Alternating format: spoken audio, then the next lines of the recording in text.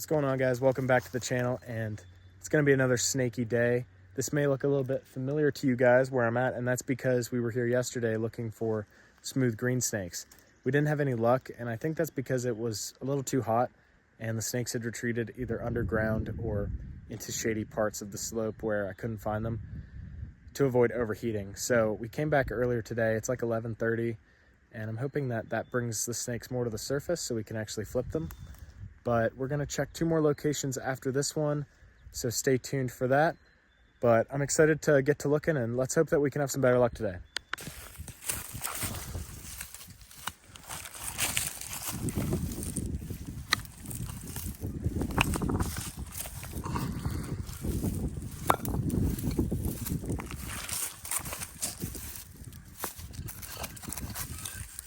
Yes. Whew, almost got away. There we go, smooth greensnake, target acquired. Well, deciding to come back here today a little earlier paid off because about 10 minutes in, we have our target, Aphaedrus vernalis, the smooth greensnake. And these guys are so cool. They're one of my favorite species. They just look like they don't belong here. They're bright green, perfectly suited to blend into their grassy habitat where they're found.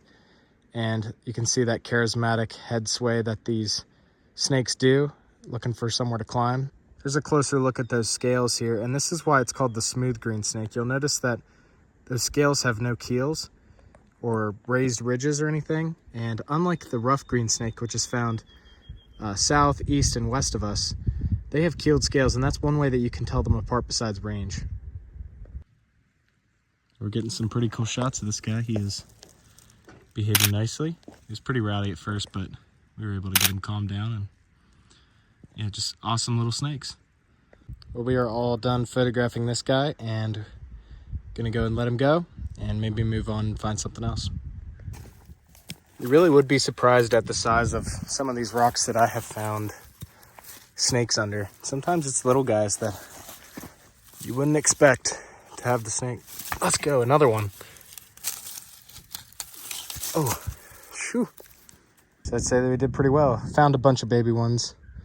They get up to about 20 inches long, so these guys still have some growing to do, but pretty successful. We're gonna let this last one go and move on to the next spot maybe.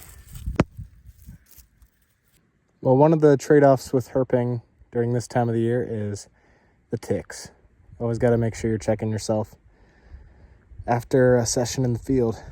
Well, that went a lot better than expected and much better than yesterday, so I'm glad that we decided to come back. We are going to head to another spot nearby and hopefully find a good milk snake that's alive. There's another one there. So this is where we were yesterday when we got that gorgeous Queensnake, and today we're going to try and get a milk snake.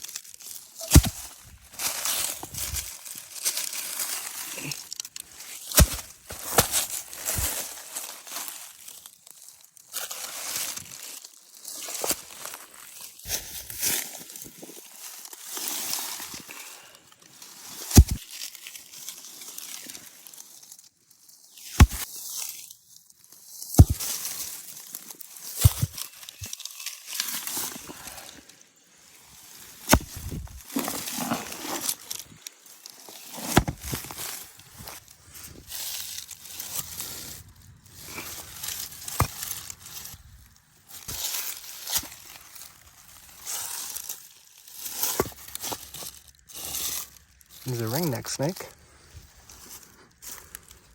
This might be the same one that we flipped yesterday, actually.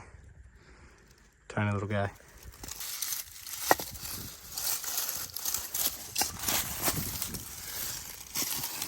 Ooh, double flip. Cool little double flip action there. We got a juvenile northern water snake there on your left, and a pretty nice northern ringneck on the right. Cool. Here's another younger northern water snake we just got, and I mentioned that the younger ones are going to be more patterned than the adults, and that's evident here. You can see that distinct crossband pattern going down the side, and even the younger ones are pretty feisty. Pretty honkin' ringneck right here. This is the biggest one I've seen in a while, and he's got a little bit of a chunk out of his tail. Very nice. And these splotches of white down the slope is common serviceberry starting to bloom. It's a popular choice amongst the insects right now.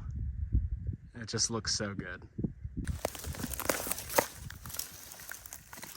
Eastern Gartersnake, nice.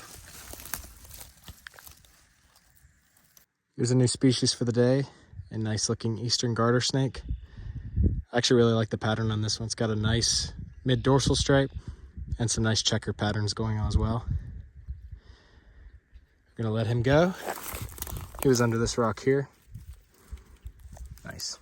So looking along this puddle here, these are American toad eggs, and the tadpoles are actually hatched, and they will lay their eggs in these spirally patterns, and you can see all the tadpoles attached to them.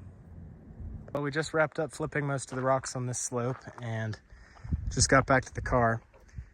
Last minute though, we flipped a rock and hit a buzzer beater and got our second target, the Eastern Milksnake, Lampropeltis triangulum. And like a lot of other species, the younger ones are much more vibrant. You can see that maroon red color, and they get a little drabbier as they get larger. And they have beautiful checkered patterned venters. And I also wanted to show you this one's head shape, because this is another identifying feature in Eastern Milksnakes. It'll have like a Y or an arrowhead shape on top of the head.